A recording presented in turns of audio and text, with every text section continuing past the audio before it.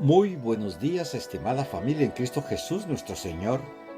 Le damos gracias al Señor por el don de la vida y por todas esas experiencias de amor que hemos estado vivenciando durante este camino hacia Pentecostés. Prácticamente ya estamos entrando en las dos últimas semanas. Nos faltan 14 días para entrar a la gran fiesta de la venida del Espíritu Santo sobre la humanidad y especialmente sobre nuestros corazones. Como siempre le pedimos al Espíritu Santo que nos guíe en su sabiduría para poder discernir los mensajes que Dios tiene preparado para cada uno de nosotros bajo la poderosa intercesión de María Santísima, nuestra Madre. Por eso nos cubrimos con la sangre del Cordero en el nombre del Padre, del Hijo y del Espíritu Santo. Amén. Hoy vamos a reflexionar en este caminar hacia Pentecostés acerca de las enseñanzas de Jesús sobre el Espíritu Santo. Ya vimos que Jesús fue anunciado y profetizado como el siervo de Yahvé, el ungido, el elegido de Dios, anuncio que confirma el evangelista San Juan en boca del Bautista, como lo vemos en el Evangelio según San Juan en el capítulo 1, versículo del 32 al 34, y nos dice la palabra del Señor de esta manera. Y Juan dio testimonio diciendo: he visto al Espíritu que bajaba como una paloma del cielo y se quedaba sobre él. Y yo no le conocía, pero el que me envió a bautizar con agua me dijo: aquel sobre quien veas que baja el Espíritu y se queda sobre él, ese es el que bautiza con Espíritu Santo. Y yo le he visto y doy testimonio de que ese es el elegido de Dios. Palabra de Dios. Gloria a ti, Señor Jesús. Aquí estamos viendo realmente cómo Dios quiere llevarnos en este paso acerca. El que tiene en plenitud al Espíritu Santo, ese puede hablarnos y decirnos quién es y cómo es. Por eso Jesús es el más autorizado para hacerlo. Veamos lo que nos dice él acerca del Espíritu Santo. Primeramente, el agua viva que salta hasta la vida eterna. Recordemos el encuentro de Jesús con Nicodemo. Este era uno de los 71 miembros del Sanedrín, maestro versado en las Escrituras. Va donde Jesús, que es el único que le puede iluminar. Él llega a confiar en Jesús, por eso recibe la invitación que vemos en el capítulo 3 del Evangelio según San Juan, del versículo del 1 al 10. Es decir, la invitación a nacer del agua y del Espíritu. Fíjese lo que nos dice la palabra del Señor. Había entre los fariseos un hombre llamado Nicodemo, magistrado judío. Fue a Jesús de noche y le dijo: Rabí, sabemos que has venido de Dios como maestro, porque nadie puede realizar los signos que tú realizas si Dios no está con él.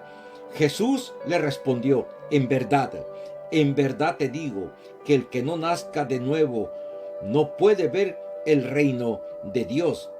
Dícele Nicodemo: ¿cómo puede uno nacer siendo ya viejo? ¿Puede al caso entrar otra vez en el seno de su madre y nacer? Respondió Jesús: en verdad te digo, el que no nazca del agua y del Espíritu no puede entrar en el reino de Dios. Lo nacido de la carne es carne, lo nacido del Espíritu es espíritu. No te asombres de que te haya dicho que tienes que nacer de nuevo. El viento sopla donde quiere y oyes su voz, pero no sabes de dónde viene ni a dónde va. Así es todo el que nace del Espíritu. Respondió Nicodemo: ¿cómo puede ser eso? Jesús le respondió: ¿tú eres maestro en Israel y no sabes estas cosas? La mención explícita del agua hace ilusión al bautismo. Por gracias a la acción del Espíritu que entra en el reino de Jesús, podemos recordar aquí la escena de Jesús en el diálogo con la samaritana en el pozo de Siquén. Dame de beber. Jesús le pide a la samaritana que le dé de beber, pero en este texto subraya que era la hora sexta, es decir, al mediodía, cuando el sol está en el cenit y luce con todo esplendor, lo cual significa que espiritualmente la plenitud de los tiempos mesiánicos ha llegado. Nosotros estamos viendo en aquel momento realmente que la samaritana se ve extraña de que Jesús, siendo judío, se dirija a ella, en razón de la enemistad que existía entre los judíos. Esta mujer solo ve en Jesús a un judío nada más. Con razón, como le dice, ¿verdad? Que realmente tiene ¿qué cosa? Que nacer. Pero Jesús le dice, si tú conocieras el don de Dios, ese don que realmente te va a abrir la necesidad para que tú te acerques y de esta manera puedas entrar en la corriente del amor y de la esperanza. Es decir, que Dios quiere, querida familia, que usted y yo entremos en ese caminar de la vida. Ahora Jesús le dice también, pero ambos están en planos diferentes. Jesús habla en sentido espiritual y la mujer todo lo entiende en sentido humano. Al final queda todo clarificado cuando Él le dice, si conocieras el don de Dios, el agua que yo te daré se hará en el manantial de agua que brotará para la vida eterna. Juan 4:14. Jesús ofrece un agua especial que saciará la sed natural. Es el agua viva o realidad misteriosa. ¿Por qué? Porque el agua es un don de Dios, procede de Jesús, sacia la sed para siempre, se convierte en agua que salta hasta la vida eterna. Esa agua viva es nada menos que el Espíritu Santo. Jesús fue bautizado en agua y Espíritu de Dios que ha reposado sobre él. Jesús viene a lavar y bautizar comunicando el Espíritu Santo. Ir a Jesús es crecer en él. De la glorificación depende la donación del Espíritu Santo. Con razón, San Juan nos dará un mensaje clave. Si alguno tiene sed, que venga a mí y bebe.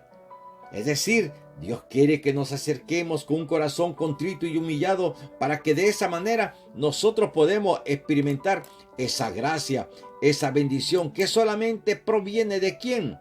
Del amor de Dios, de la paciencia que Dios tiene sobre cada uno de nosotros. Segundo, el Espíritu Santo es principio de un culto nuevo. En el diálogo de Jesús, nuevamente con la samaritana, aparecerán varias cosas muy significativas que quizás nunca nos hemos dado cuenta, en cuanto dan origen a nuevas realidades. Una de esas es la forma de adorar y dar culto a Dios. Hasta ese momento, en todo lo referente al Antiguo Testamento, realmente vamos a descubrir ¿qué cosa? Que el culto era más de forma. Jesús, que viene a traernos la salvación, destaca que a partir de él todo será distinto. Llega una hora y ya está aquí, cuando los verdaderos adoradores adorarán al Padre en espíritu y en verdad. Es decir, con la sinceridad de un corazón contrito y humillado, es decir, reconociendo que necesitamos la presencia de Dios en nuestra vida, es decir, que necesitamos la fuerza purificadora del Espíritu Santo para que venga y nos haga unos verdaderos adoradores. Un corazón negligente, lleno de pecado, malicia, avaricia, codicia, todos esos pecados, jamás podrá permitir que el Espíritu Santo se reintegre en nuestra vida. Todo esto significa que la verdadera adoración o el culto nuevo ya no serán de apariencia. No se medirá por lo exterior. Hay que dejar que brote del interior de la nueva actitud e intencionalidad.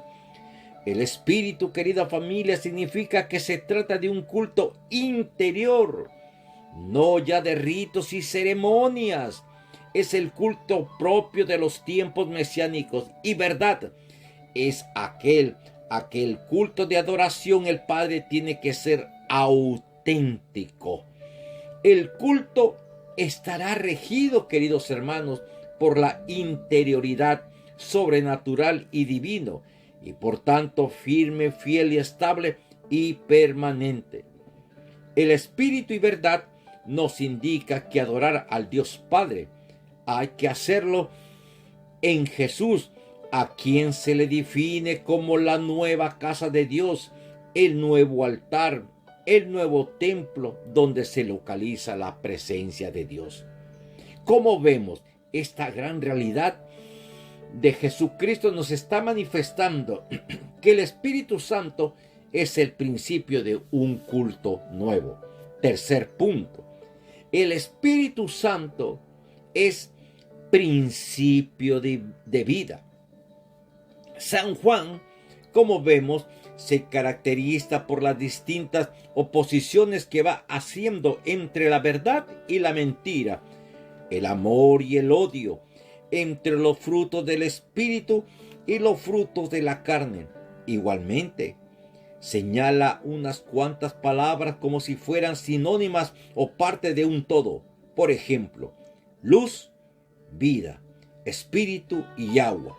Jesús puntualiza que el espíritu es el que vivifica. La carne de nada sirve. Las palabras que yo les he hablado son espíritu y vida. Jesús habla de dos principios, queridos hermanos: el espíritu y la carne. La carne es el principio natural que se sitúa en el nivel de las realidades de abajo. Principio que, sin ser malo en sí, no puede producir las cosas de Dios. En cambio, el espíritu se sitúa en el nivel de las realidades divinas y es capaz de realizar las cosas de Dios. Así tenemos que vivificar y dar vida que se aplican al Padre y al Hijo, ahora también se le aplican al Espíritu Santo. Aleluya. Por eso Jesús prometerá a sus discípulos el envío del Espíritu que les va a comunicar la vida eterna y les hará comprender cuánto se les había enseñado. Si nosotros leyéramos, por ejemplo, en el Evangelio según San Juan, en el capítulo 7, versículo del 38 al 39, ahí nosotros encontramos lo siguiente: el que cree en mí, como dice la Escritura, de su seno correrán ríos de agua viva. Esto lo decía refiriéndose al Espíritu que iban a recibir los que creyeran en Él, porque aún no había Espíritu, pues todavía Jesús no había sido glorificado.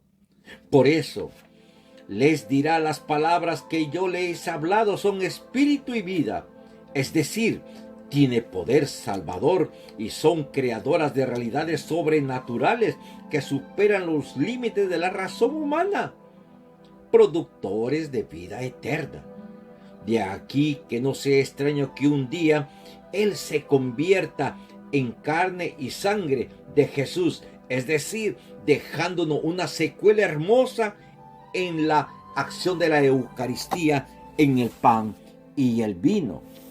Tal vez sería conveniente remitirnos a la escena del Calvario, donde a Jesús se le atraviesa el costado y de ahí surgen agua y sangre, símbolo de la iglesia naciente, cuyos dos elementos fundamentales son el bautismo y la Eucaristía, que son la expresión de la vida.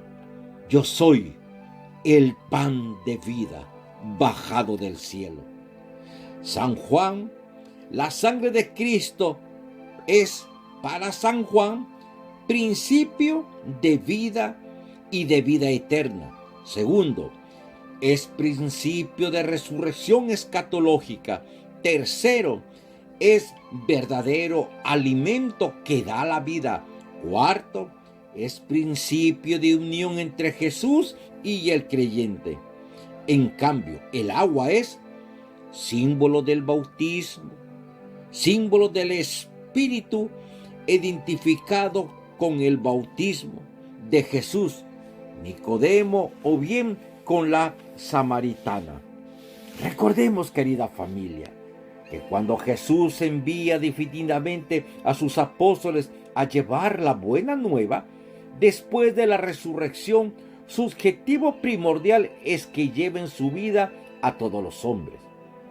La fórmula o imagen que usa el evangelista es la de soplar para indicar la donación del Espíritu Santo, que es el dador de vida. Y habiendo dicho esto, sopló y les dijo: reciban el Espíritu Santo. Y eso nos recuerda el soplo de vida que el Padre le da a la criatura en la formación de Adán. Insufló aire de vida. Asimismo, en virtud de ese cargo y del Espíritu recibido, los apóstoles podrán perdonar o retener los pecados. Reciben además el poder sanador de Jesús, querida familia, porque cuando el Espíritu llega al hombre, le purifica y al mismo tiempo le infunde vida, vida nueva, vida divina y eterna. Al recibir ellos el Espíritu, quedan transformados en otros Jesús, es decir, se convierten en la prolongación de Él. Esa es la experiencia que tenemos a lo largo de estos 20 siglos.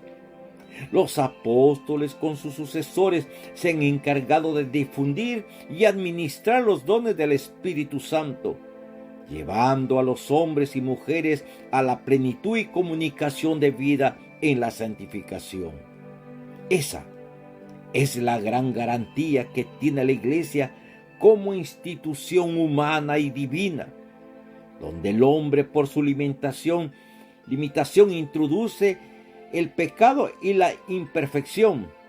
En cambio, el Espíritu Santo se encarga de rectificar y enderezar, porque esa es su misión: guiar y ayudar y a mantener la transmisión de la revelación fiel y sin error.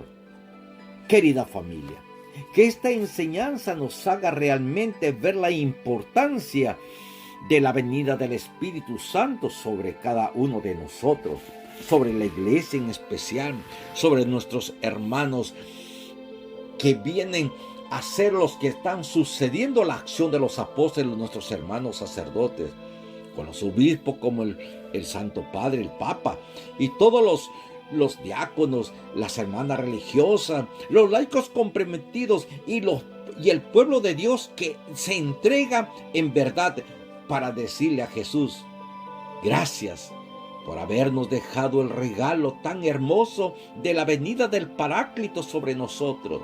Ahora entendemos la urgencia tuya cuando nos decías: es necesario que yo me vaya para que ustedes reciban al Paráclito, a su defensor, al que dará testimonio de mí, pero lo más importante, el que hará cambiar nuestra forma visionera de lo que es la presencia de Dios en ese gran misterio, y también nos va a revelar sus gracias, sus dones para llegar a la plenitud de la vida eterna. Gracias, Espíritu Santo, por esta hermosa reflexión que tú nos has concedido a través de la doxología de la Santa Madre Iglesia Católica. Gracias, Espíritu Santo. Por eso, querida familia, caminando hacia Pentecostés, hay que estar ávido, preparado para recibir el soplo de la gracia de Dios que quiere que usted y yo nos convertamos en esos administradores de su bondad y de su amor para continuar anunciando el reino de Dios, la buena noticia, como un bautizado y como miembro de la iglesia. Por eso nos cubrimos con la sangre del Cordero en el nombre del Padre, del Hijo y del Espíritu Santo. Amén. Les habló con mucho cariño un amigo, un hermano de ustedes, César Coronado, del Ministerio de Evangelización Oasis de la Arquidiócesis de Miami. Es muy importante, querida familia, que usted le dé al botoncito, a la campanita, para suscribirse, para que de esa manera los próximos meditaciones que surjan, ustedes reciban esa notificación y de esa manera podremos continuar capacitándonos y, lo más hermoso, irnos preparando para conocer en verdad la esencia de nuestra fe. Así que le pido a mi Dios que nos guíe en el día de hoy bajo la presencia en este mes de mayo de nuestra querida amada Virgen María, que es la Madre de la humanidad. Que tengáis un hermoso día y un abrazo fuerte para que Dios nos abrace también con esa gracia y esa bondad y nos haga soldados de la evangelización. Que tengáis un hermoso día. Bendiciones. Amén.